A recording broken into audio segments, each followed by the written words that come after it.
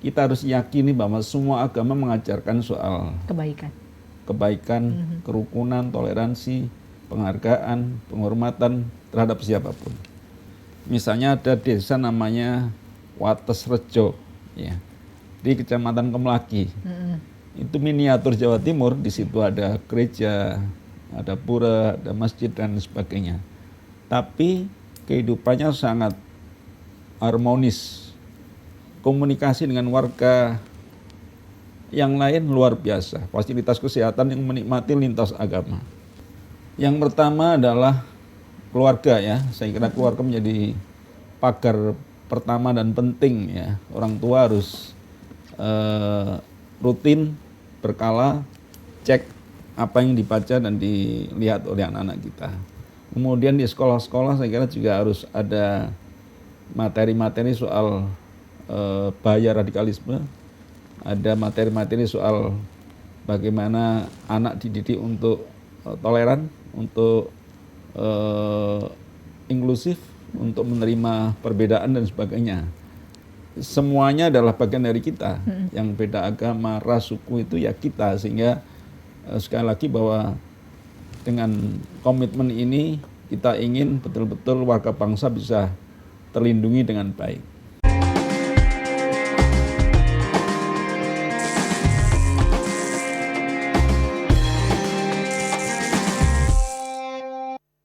Halo dulur-dulur, kembali berjumpa dalam Jatim Channel, podcast DPRD Provinsi Jawa Timur, di mana ini adalah ruang santai untuk bisa ngobrol tetapi bermakna, di mana akan membahas mengenai apapun yang berhubungan tentang kesejahteraan masyarakat di Jawa Timur.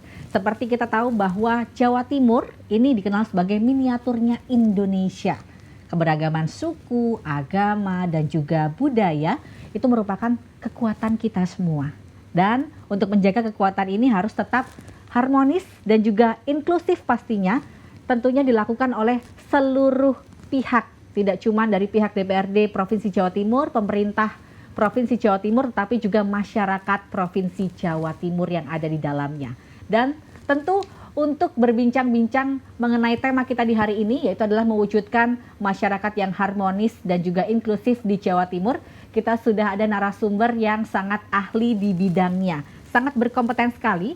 Beliau ini adalah seorang pimpinan dewan yang punya rekam jejak panjang dalam mengawal kebijakan hukum dan pemerintahan. Langsung saja kita sambut, ini dia Bapak Hidayat SAG MSI, Wakil Ketua DPRD Provinsi Jawa Timur dari fraksi Partai Gerindra. Bapak, apa kabar Pak? Alhamdulillah sehat. Bisa dijelaskan nih Pak, Bapak ini dapilnya mana aja Pak? Saya dapil 10 ya, ada Mojokerto, Kota Kabupaten dan Jombang. Ya. Tema kita di hari ini sebenarnya agak sedikit sensitif Pak ya. Tapi memang harus masyarakat Jawa Timur ini memiliki kesadaran mengenai kita bisa hidup berdampingan dengan perbedaan yang dimiliki. Dan kita tentunya hari ini kita akan bedah ya, kira-kira bagaimana peran dari DPRD Provinsi Jawa Timur sendiri dalam menciptakan regulasi yang ramah disabilitas, memperkuat kerukunan antar umat, dan juga melawan segala bentuk diskriminasi. Bapak siap nih Pak ya? Ya. Kita akan membedah fondasi harmoni dan inklusivitas di Jawa Timur. Pak, ini kalau berbicara mengenai fondasi yang kuat dari Jatim sendiri itu adalah harmoni dan juga kerukunan. Sependapat ya Pak ya? Ya, sependapat sekali. Kalau untuk Bapak sendiri melihat bagaimana sih Pak kondisi kebatinan di Jawa Timur sejauh ini sebenarnya? Ya, saya bersyukur ya di Jawa Timur ini relatif damai, tentram, adem ayem, guyup, rukun, dan toleransinya luar biasa.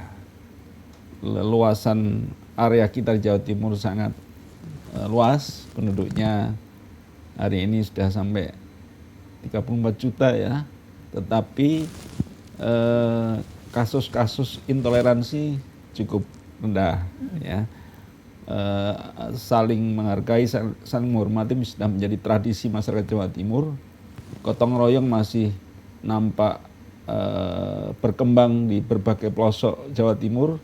Kita bersyukur bahwa hari ini kita menjadi satu warga Jawa Timur. Udah mulai terbuka ya Pak ya, dengan pengetahuan-pengetahuan yang mereka miliki, saling berempati satu sama lain. Bapak kalau melihat nih Pak, Bapak ini kan sudah 3 periode. Ya. Pasti memiliki pengalaman panjang sekali, terutama mengenai nilai kultural khas Jatim yang selama ini Bapak rasakan dalam menjaga kerukunan antar umat dan kelompok di sini seperti apa Pak di Jatim sendiri? Ya, Jawa Timur ini kan dikenal dengan provinsi yang beragam tetapi religius ya. Jadi ada banyak kota santri di Jawa Timur ya, ada Jombang, ada Gresik dan lain sebagainya. Tapi penghargaan terhadap minoritas sangat luar biasa. Ada beberapa desa yang komunitas agamanya lengkap, ya. Tempat ibadahnya semuanya ada. Misalnya ada desa namanya Wates Rejo, ya, di Kecamatan Kemelaki. Itu miniatur Jawa Timur. Di situ ada gereja, ada pura, ada masjid dan sebagainya. Tapi kehidupannya sangat harmonis. Ada Mojowarno misalnya ya, yang kita kenal dengan pusatnya Katolik di situ. Tetapi komunikasi dengan warga yang lain luar biasa. Fasilitas kesehatan yang menikmati lintas agama. Fasilitas sekolah yang sekolah lintas agama. Dan praktis tidak ada konflik sama sekali. Ini menunjukkan bahwa di Jawa Timur ternyata ada banyak desa-desa yang jauh lebih inklusif, jauh lebih harmonis dan patut ditiru oleh kita semua, bahwa perbedaan agama tidak menjadikan perbedaan pandangan terhadap kita. Jadi prinsipnya adalah yang sama jangan dibeda-bedakan, yang beda jangan disama-samakan. Itu sudah mengelora di Jawa Timur. Pak, apalagi memasuki bulan Desember ini Pak ya, berarti kan akan ada perayaan Natal. Ya. Untuk yang lain nih Pak, yang tidak beragama atau merayakan Natal, tidak beragama Nasrani tentunya, itu seperti apa Pak untuk saling bertoleransinya? Ya, tempat-tempat ibadah untuk kaum Nasrani saya kira aman di Jawa Timur. Ya, pengalaman masa lalu yang pernah terjadi saya kira sudah tidak boleh terjadi lagi. Kemudian tradisi saling berkunjung, silaturahmi antara satu dengan yang lain tetap jalan. Jadi ada penghormatan dan penghargaan yang luar biasa terhadap umat Nasrani ketika merayakan Natal di tahun 2025 ini. Harapan kita umat Nasrani bisa beribadah dengan baik, merayakannya dengan baik, dan kita hormati betul agar ritual umat Nasrani ini betul-betul dirasakan oleh semua pihak, terutama umat Nasrani sendiri. Mudah-mudahan untuk perayaan Natal di tahun 2025 ini nanti berjalan dengan baik, kondusif. Amin. Terus juga yang melaksanakan ibadahnya juga bisa khusyuk ya Pak ya. Amin. Untuk penanganan sendiri Pak, sejauh ini nantinya pada saat mendekati Natal dan juga tahun baru pastinya Pak ya. Tentu akan melibatkan banyak pihak ya. Ada Pemprov Jatim akan koordinasi dengan kepolisian, dengan TNI, ormas-ormas juga saya lihat masif ikut menjaga. Ada Banser misalnya, ya, ada Satpol PP, ada Pemuda Pancasila misalnya dan sebagainya. Saya kira aparatur pemerintah siap menjaga, tapi juga relawan-relawan ormas-ormas kemudaan juga akan ada di mana-mana sehingga betul-betul sekali lagi umat Nasrani bisa beribadah dengan nyaman dan aman. Pak, untuk isu kerukunan sendiri, radikalisme dan juga PMKS atau penyandang masalah kesejahteraan sosial, ini memang sudah disentuh oleh Komisi A ya Pak ya, yang membidangi hukum dan pemerintahan. Kalau untuk dari Komisi A melihat isu harmoni ini dalam konteks stabilitas pemerintahan Jatim seperti apa Pak, kalau dari DPRD Provinsi Jawa Timur? Ya, saya kira sudah banyak antisipasi ya dari pemerintah ya. Antisipasi dini, terutama kemarin kita telah mendengarkan press release dari aparat pusat yang menyatakan bahwa ada anak remaja yang terpapar radikalisme melalui media sosial, dan ini sudah diantisipasi dengan bagus di mana dan siapa sudah terdeteksi dengan baik. Dan saya yakin sudah ada pencegahan di berbagai tempat. Nah, tentu kita akan support betul aparatur untuk melakukan tindakan-tindakan antisipatif, dan ya harapan kita anak-anak remaja yang terpapar ini ada proses-proses pembinaan ya, pendampingan, karena ya barangkali dia karena pemahaman nilai agamanya kurang, kemudian ada problem psikologisnya dan sebagainya sehingga dia terpapar. Nah ini yang harus kita perhatikan sehingga penanganannya adalah penanganan pembinaan bagi anak-anak remaja kita. Pak, kalau kita membahas mengenai radikalisme sendiri, ini kan memang dengan mudahnya informasi yang kita dapatkan, kadang-kadang ada hal positif dan juga negatifnya nih Pak. Termasuk juga mungkinkah dengan adanya kecanggihan teknologi ini, radikalisme semakin meningkatkah seperti ada kasus di Jakarta kemarin mengenai perakitan bom, hal-hal seperti itu, bagaimana Pak? Iya, saya kira tentu akan makin masif ya, karena sekarang semua orang bisa dengan mudah mengakses belajar bagaimana merakit bom dan sebagainya melalui media sosial tanpa diketahui banyak orang. Oleh karena itu ya bahasanya, operasi siber itu penting ya untuk mengantisipasi agar konten-konten edukasi soal pembuatan rakitan bom itu sudah diantisipasi sejak awal. Jadi kalau dulu prosesnya manual, diambil dididik satu tempat ya, kemudian ada gerakan masif di lapangan, tapi sekarang sudah melalui media sosial. Oleh karena itu ya pencegahannya harus juga canggih, alat kita harus bisa beradaptasi dengan perkembangan teknologi sehingga sekali lagi peringatan dini bisa kita lakukan sejak awal. Kira-kira pendekatan apa nih yang bisa dulur-dulur Jatim lakukan nih Pak? Terutama untuk mungkin orang-orang sekitarnya yang sangat rentan terkena dengan isu-isu radikalisme sendiri.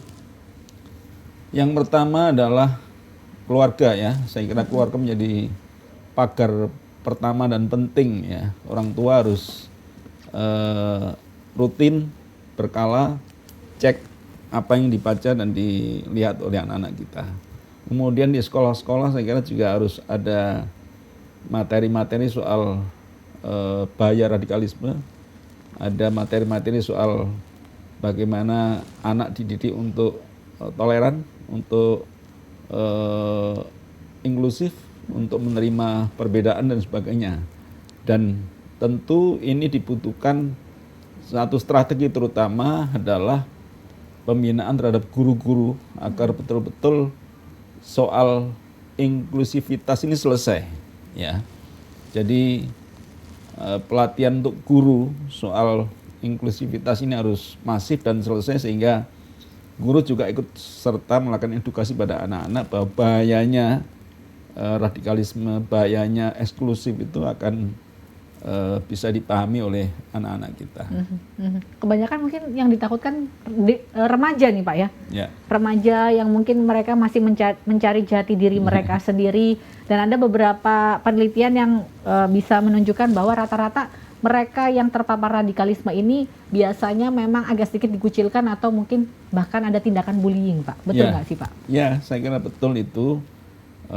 Kasus di SMA berapa Jakarta itu ya, itu kan karena dia dibully oleh rekan-rekannya, kemudian dia banyak menyendiri, mengasingkan diri, kemudian tentu ini tekanan psikologisnya luar biasa dan tanpa kita tahu kemudian dia melakukan hal-hal yang di luar nalarnya kita. Dia belajar berbagai hal soal radikalisme ini sehingga apa yang terjadi ya dampaknya sangat luar biasa. Oleh karena itu sekali lagi tadi yang saya sampaikan, sekolah harus betul-betul zero radikalisme ya. Sekolah harus betul-betul mengajarkan soal pentingnya menjaga harmoni, pentingnya bersikap inklusif sehingga ada tradisi saling menghormati dan menghargai satu dengan yang lain.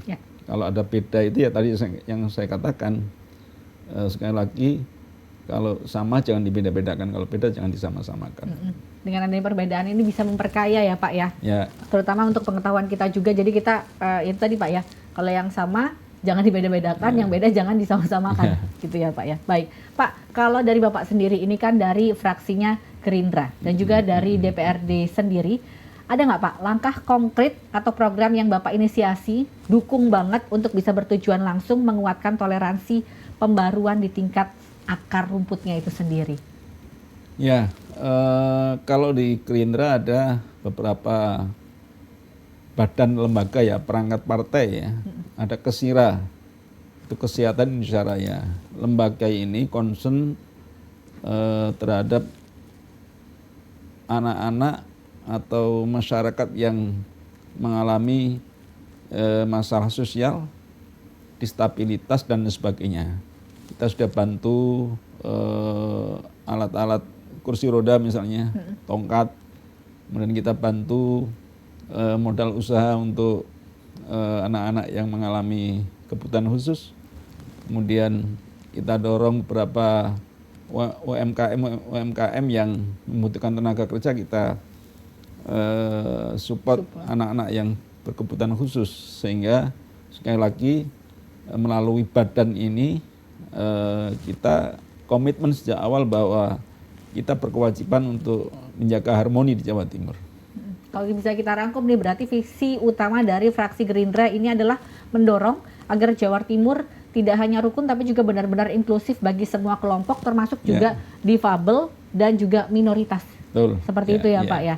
Di Gerindra itu kan pengurusnya dari berbagai agama dan suku Mbak ya.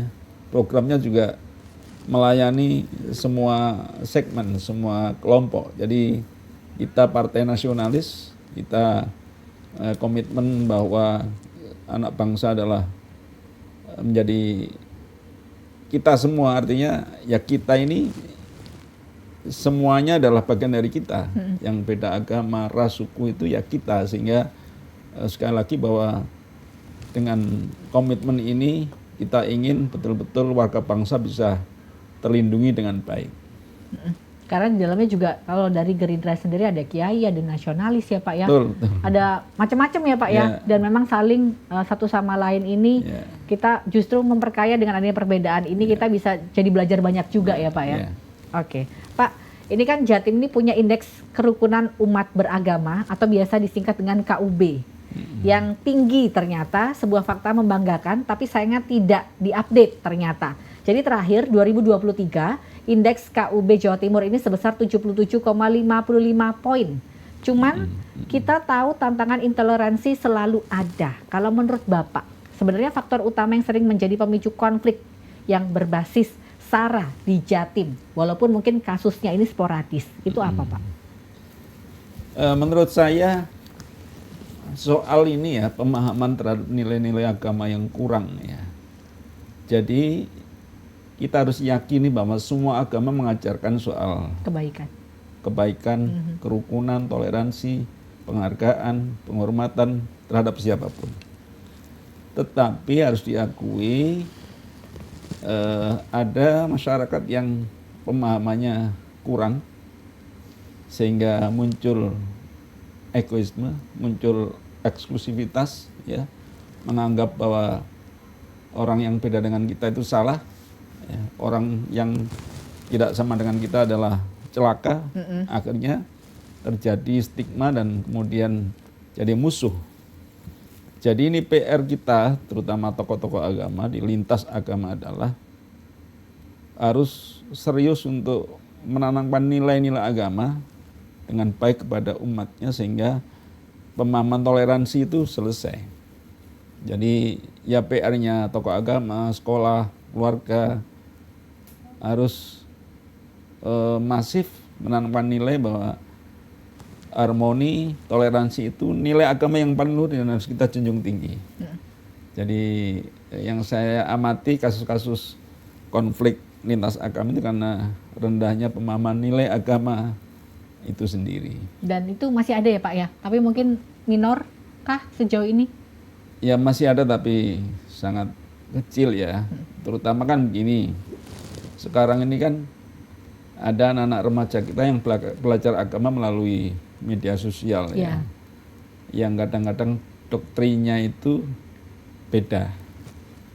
Beda dengan anak-anak yang ngaji di pesantren, yang sekolah di sekolah agama, itu kan bisa dialog, bisa interaktif, bisa mengklarifikasi, guru bisa intervensi dan sebagainya. Tapi ketika belajar di media sosial, dia ya di doktrin ya, yang akhirnya yang masuk di kepalanya ya yang apa yang dia baca dan dia lihat, sehingga ada pemahaman yang salah dengan apa yang seharusnya dipahami oleh mayoritas umatnya masing-masing. Baik, kali ini kita ingin mengajak membahas mengenai saudara-saudara kita yang berkebutuhan khusus nih Pak. Bagaimana Bapak melihat adanya kesenjangan untuk fasilitas publik maupun mungkin ranah pekerjaan bagi teman-teman kita yang difabel yang ada di Jawa Timur? Ya harus diakui ya, hari ini masih kurang ya. Kurang perhatian kita terhadap saudara kita yang disabilitas ya. Jadi banyak fasilitas publik yang belum ramah terhadap saudara kita. Oleh karena itu ya ini harus menjadi perhatian pemerintah, provinsi dan kota kabupaten agar memperhatikan betul ketika ada bangunan fasilitas umum harus disertai dengan fasilitas untuk saudara-saudara kita yang disabilitas. Sehingga ada perlakuan yang adil dan sama terhadap semua anak warga. Dan harus kita akui sekarang masih belum maksimal. Tentu ke depan tidak boleh terjadi lagi, karena faktanya ya di mana-mana di berbagai tempat ada saudara kita yang membutuhkan fasilitas disabilitas itu. Karena harapannya Jawa Timur ini ramah terhadap mereka-mereka yang berkebutuhan khusus ya Pak ya. Terutama juga memiliki ranah untuk mereka bisa mendapatkan pekerjaan. Jadi mereka juga bisa mandiri dan juga percaya diri ya Pak ya. Oke. Dan Pak, kita kalau membahas mengenai stigma sendiri, ini masih ada stigma negatif terhadap kelompok yang rentan atau mungkin minoritas. Seperti apa Pak menanggapinya? Ya, jadi minoritas, mayoritas mesti ada di berbagai tempat ya. Tentu tadi pemahaman nilai harus tuntas dulu ya, bahwa minoritas itu punya hak yang sama seperti kita, punya hak hidup, punya hak kerja, punya hak macam-macam, sehingga perlakuan mayoritas dan minoritas ini berlaku dengan adil dan didasari oleh kesadaran yang penuh ya. Jadi tentu harapan kita ya tidak hanya pemerintah yang memperhatikan kasus ini, tapi juga masyarakat luas ya.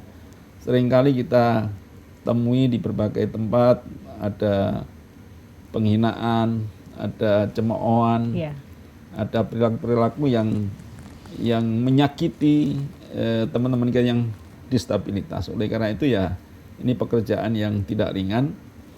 Sosialisasi dan edukasi masyarakat terus digalakkan sehingga ada rasa simpati dan empati kepada minoritas. Dengan harapan lebih menerima dengan terbuka adanya perbedaan. Ya, terutama mungkin untuk mereka-mereka yang minoritas, karena biasanya yang minoritas juga merasa kecil jatuhnya Pak ya, karena yang mayoritas merasa superpower. Gitu. Baik, Pak, untuk ormas keagamaan sendiri nih ya, untuk keagamaan besar di Jawa Timur ini sangat kuat, bisa kita akui di sini ya. Dan menurut pengalaman Bapak sendiri, untuk pengamatan Bapak selama ini, bagaimana Bapak bersinergi dengan Pemprov Jatim dengan ormas ini dalam menyebarkan pesan modernisasi, kedamaian, dan juga hal-hal yang tidak menimbulkan perpecahan, Pak? Saya kira hari ini sudah cukup bagus ya komunikasi dan kolaborasi antara pemerintah dan ormas-ormas di Jawa Timur. Ada ormas besar, Nahdlatul Ulama, ada Muhammadiyah, ada LDI dan sebagainya. Dan saya kira lembaga-lembaga ormas ini sudah selesailah soal moderasi ya, soal inklusivitasnya sudah selesai. Nah, tentu kalau pemerintah ini dibantu oleh ormas-ormas besar ini akan makin ringan. Oleh karena itu saya kira pemerintah berkewajiban untuk mensupport, memfasilitasi, membantu program-program besarnya ormas ini, terutama untuk mengurangi konflik di masyarakat itu akan jauh lebih efektif. Jadi ormas-ormas besar ini kan strukturnya sampai masif sampai bawah ya.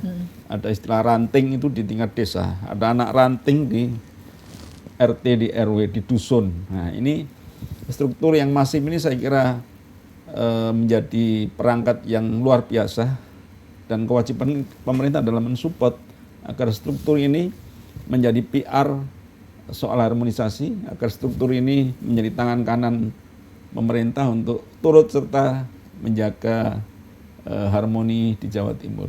Harapannya saling berkoordinasi juga ya Pak ya.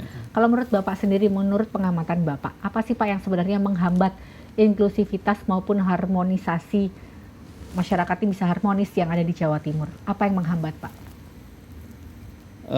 Yang pertama soal tadi pemahaman nilai agama ya. Ini PR penting. Jadi sekali lagi pemahaman soal inklusivitas harus selesai. Pemahaman soal moderasi harus selesai. Yang kedua barangkali ya tadi ada tantangan luar yang luar biasa ya. Memang ada pihak-pihak lain yang berkepentingan untuk menjadi sumbu konflik. Ya. Jadi ini yang saya kira harus melibatkan semua pihak, terutama aparatur negara, agar infiltrasi dan orang yang mengadu domba kita ini bisa dicegah sejak awal. Jadi ya apalagi hari ini kan kita sudah tidak bisa lepas dari media sosial ya. Kadang-kadang anak-anak kita baca begini kemudian ditiru, dipraktekkan dan sebagainya. Jadi ya gerakannya harus masif, melibatkan banyak pihak, apalagi aparatur negara, kemudian ormas juga bagian dari kolaborasi penting pemerintah harus diberdayakan. Karena kalau kita melihat kadang-kadang gesekan-gesekan kecil, kesalahan-kesalahan kecil, ini ada beberapa oknum mungkin yang membuat sumbu ini menjadi lebih besar, akhirnya permasalahannya menjadi besar ya Pak ya. Dan itu kan potensi perpecahan sekali. Terutama kan ada ada kasus-kasus yang sekarang masih terjadi, misalnya pendirian tempat ibadah. Ya. Ada minoritas kemudian mendirikan tempat ibadah, kemudian dilarang, masyarakat terganggu, dilarang. Nah ini yang tentu menjadi PR-nya pemerintah agar betul-betul proses prosedur pendirian tempat ibadah itu dipahami oleh semua pihak, ya, sehingga bisa diantisipasi konflik sampai menghancurkan tempat ibadah itu bisa diantisipasi sejak awal. Jadi prosedur, SOP, aturan main itu harus masif, terutama dipahami oleh ormas-ormas di Jawa Timur ini. Bahkan tidak cuma tempat ibadah ya Pak ya, bahkan ada kemarin kabarnya tempat kremasi juga banyak beberapa pihak yang menolak. Ya tadi karena pemahaman dan sosialisasinya yang belum sampai di tengah-tengah masyarakat ya, bahwa itu menjadi haknya saudara kita dan harus kita hormati. Tapi Bapak sebagai 3 periode nih Pak, Bapak melihat adakah kemajuan Pak dari yang Bapak menjabat di periode pertama, kedua, ketiga sampai di tahun 2025 ini, adakah kemajuan atau mungkin Bapak melihat justru kemunduran untuk masalah harmonisnya masyarakat Jawa Timur dan juga inklusivitasnya? Saya amati sudah cukup maju ya. Jadi ya karena tentunya proses panjang dinamika kehidupan di Jawa Timur ya, yang saya kira sudah banyak belajar dari kasus-kasus lama. Jadi konflik tidak ada untungnya sama sekali. Konflik akan merugikan banyak orang, sehingga orang sudah berpikir tentang kebersamaan dan kerukunan menjadi hal yang penting sekali. Nah, ya tentu kasus-kasus kecil masih ada, tetapi saya kira lebih maju daripada tahun-tahun sebelumnya. Kalau menurut Bapak itu apa Pak yang mendasari dengan kemajuan ini? Apakah memang dengan adanya informasi, pengetahuan yang akhirnya mereka mulai berempati, menghormati satu sama lain? Ya, jadi kedewasaan kan berproses ya. Saya kira ada dinamika belajar, ada dinamika memahami sesuatu, dan di samping itu ya kolaborasinya sudah makin mantap ya. Ada FKUP, Forum Kerukunan Umat Beragama, ada FLA, Forum Lintas Agama dan sebagainya. Ini tidak hanya terjadi di kota-kota besar, tapi di kampung-kampung sudah ada semuanya. Jadi ini yang saya kira menjadi menarik dan menjadi faktor yang mendorong kita makin dewasa, makin maju, makin bisa menjaga harmoni di antara kita semua. Termasuk juga dengan adanya tokoh-tokoh Pak yang menjadi jujukan mungkin ya? Ya. Yang mungkin ini bisa membuka pemikiran dan juga menambah ilmu pengetahuan masyarakat Jawa Timur untuk saling, perbedaan itu memang hal yang biasa. Tokoh agama, tokoh masyarakat, tokoh kampung yang sehari-hari bertemu dengan umatnya, pengajian rutin, kadang-kadang ya seminggu sekali bertemu dengan masyarakat, mengedukasi, memberi ceramah agama, pentingnya kita rukun masif di Jawa Timur, sehingga ini saya kira menjadi sekali lagi pendorong kita makin maju di Jawa Timur. Kalau untuk dapil Bapak nih di Jombang, bagaimana Pak toleransinya? Karena di sana kan banyak sekali pondok pesantren Pak. Ya. Bagaimana Pak mungkin untuk melihatnya? Ini kan mayoritas sekali, pasti ada juga minoritasnya. Ya, alhamdulillah cukup bagus ya. Apalagi kalau bicara pesantren ini kan edukasi soal nilai-nilai agama kan cukup kuat ya. Moderasinya sudah ditempa setiap waktu di pesantren sehingga punya efek dan dampak yang luar biasa di tengah-tengah masyarakat. Dan mereka lulus dari pesantren jadi tokoh-tokoh di tempat masing-masing dan ikut serta menyebarkan nilai-nilai inklusivitas di tengah-tengah masyarakat. Sehingga saya kira di Jatim terutama di dapil saya ya relatif cukup bagus.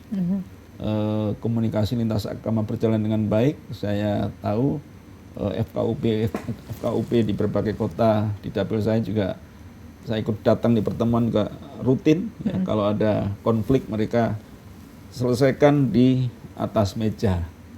Selesaikan dengan tabayun, dengan meminta klarifikasi ya. Itu sudah terjadi di dapil saya alhamdulillah.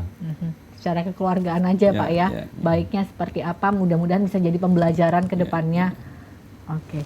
Dan Pak, kalau kita berbicara Bapak nih sebagai Wakil Ketua DPRD Provinsi Jawa Timur, ada nggak Pak kebijakan spesifik mungkin perda atau peraturan gubernur yang Bapak dorong supaya Pemprov ini memiliki payung hukum yang kuat untuk melindungi kelompok-kelompok yang minoritas dan juga menindak tegas praktek intoleransi? Sebelum dijawab nih Pak, boleh kita break sejenak? Boleh kita minum dulu? Nanti akan dijawab setelah yang satu ini. Alhamdulillah.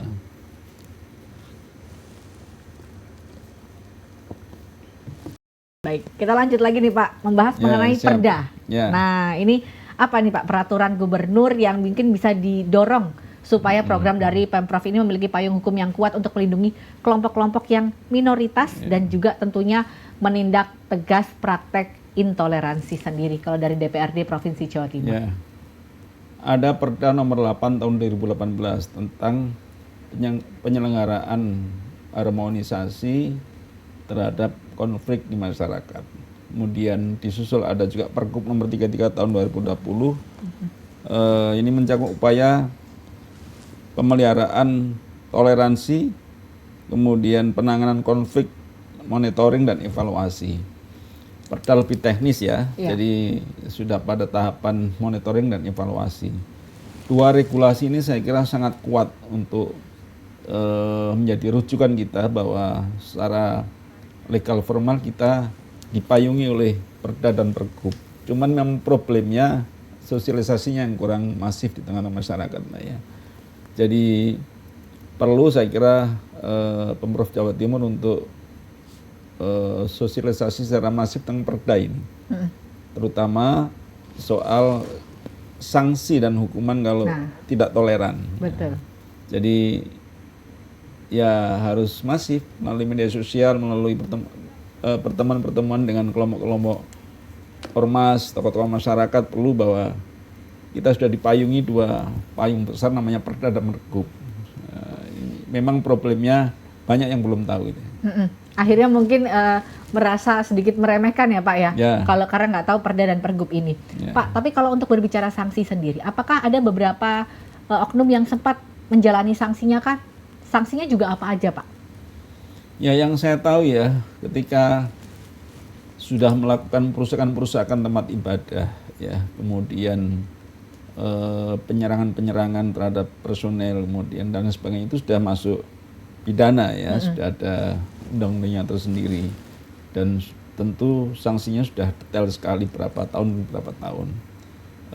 Ini yang saya kira perlu dimasifkan, bahwa ada sanksi pidana, tapi juga ada sanksi sosial juga penting, Mbak, ya. Jadi ketika orang sudah tidak toleran, orang sudah eksklusif, itu akan dapat sanksi sosial di tengah-tengah masyarakat. Yeah. Jadi jangan sampai kita dicap sebagai orang yang menjadi sumber konflik. Kalau ketemu dia ruwet ini, berarti kan dia sumber konflik ya. Yeah. Nah, ini yang harus dihindari, sehingga sekali lagi bahwa perlu masyarakat tahu bahwa risiko-risiko hukumnya ada ketika kita bertindak eksklusif dan konflik dengan masyarakat. Terutama kalau berbicara mengenai sanksi sosial, sekarang masyarakat Jawa Timur suka dibilang netizen, Pak. Oh, iya. Nah, sanksi sosialnya ini nggak cuman kita ketemu beberapa orang di sekitar kita nih. Kadang-kadang kalau kita bermain media sosial bisa langsung, ya. Kalau kata orang-orang dirujak sama netizen tuh, Pak. Makanya harus berhati-hati betul.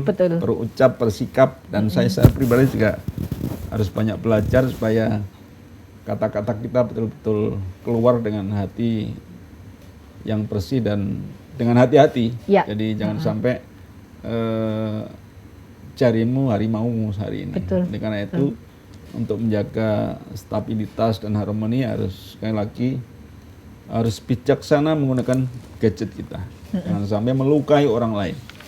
Kalau sudah melukai, kita akan tadi dirujak dan dipecel oleh masyarakat. Netizen, Pak, benar. Pak, mungkin sedikit Pak, perdanya yang menjadi kekuatan perda sendiri itu apa, Pak? Di dalamnya isinya mungkin, Pak, sedikit.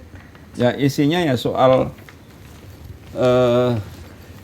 bagaimana masyarakat ini ya memiliki pemahaman yang utuh terhadap toleransi. Kemudian bagaimana masyarakat menggunakan sumber dayanya untuk menjaga toleransi. Sisi lain juga ada reward and punishment-nya. Ya.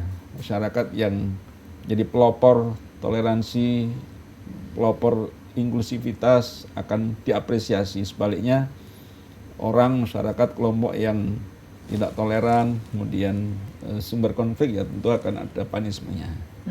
Pak, ini terakhir. Apa harapan Bapak nih supaya Jawa Timur ke depannya menjadi percontohan harmoni dan juga inklusivitas yang lestari bagi Indonesia? Ya. Yang pertama, harapan kami adalah ayo terus belajar soal moderasi, ya. Ayo terus belajar soal toleransi, soal harmoni, karena dengan belajar itu akan makin mendewasakan kita. Yang kedua, bahwa pemahaman yang tuntas terhadap nilai agama itu penting. Jangan sampai kita memiliki pemahaman yang dangkal atau setengah-setengah, sehingga apa yang kita lakukan betul-betul ada landasan nilai-nilai agamanya. Dengan cara itu saya kira akan menjadi rem yang kuat untuk kita. Jadi ketika kita berkonflik, kita diingatkan oleh ajaran kita bahwa konflik itu, mencelakai orang itu adalah dosa dan diharamkan oleh Allah Subhanahu wa taala. Yeah. Jadi yang terakhir adalah kolaborasi semua pihak, bahwa toleransi, harmonisasi itu bukan pekerjaannya gubernur, bukan PR-nya dewan, tapi tugasnya semua komponen masyarakat. Oleh karena itu, kalau setiap warga paham dan tuntas soal toleransi, saya kira kita akan menikmati kehidupan yang harmonis dan inklusif di Jawa Timur. Amin. Mudah-mudahan semakin membaik, Pak, ya, ke depannya. Dan tentu saja ini obrolan yang sangat menyentuh hati, Bapak. Terima kasih banyak ya untuk sudah meluangkan waktunya di Jatim Channel Podcast DPRD Provinsi Jawa Timur. Kami ucapkan terima kasih kepada Bapak Hidayat SAG MSI, Wakil Ketua DPRD Provinsi Jawa Timur dari fraksi Gerindra. Sehat selalu, Pak. Alhamdulillah. Dan tentunya ya, kita akhirnya tahu dulur-dulur kalau harmoni dan juga inklusivitas itu bukan cuma tugasnya pemerintah saja, tapi harus didukung oleh kita semua dan juga kebijakan dan anggaran yang kuat ya Pak ya. Kedepannya untuk saling berkolaborasi. Tentunya terima kasih kami ucapkan untuk waktu dan juga pandangannya Pak yang akhirnya membuat kita akhirnya mengerti, oh ternyata kita juga mungkin ada hal-hal yang ini sangat rentan sekali terjadi radikal atau mungkin perpecahan. Nah, mulai di-share nih ke dulur-dulur sekitar ya, untuk keluarga, orang-orang sekitar. Tentu pentingnya regulasi yang berpihak pada kelompok rentan, itu penting. Dan akhir kata, saya Rina Koto pamit, jangan lupa follow dan juga share informasi penting ini ke keluarga tercinta. Sampai jumpa di podcast DPRD Provinsi Jawa Timur selanjutnya, Jatim Channel, dan sampai jumpa.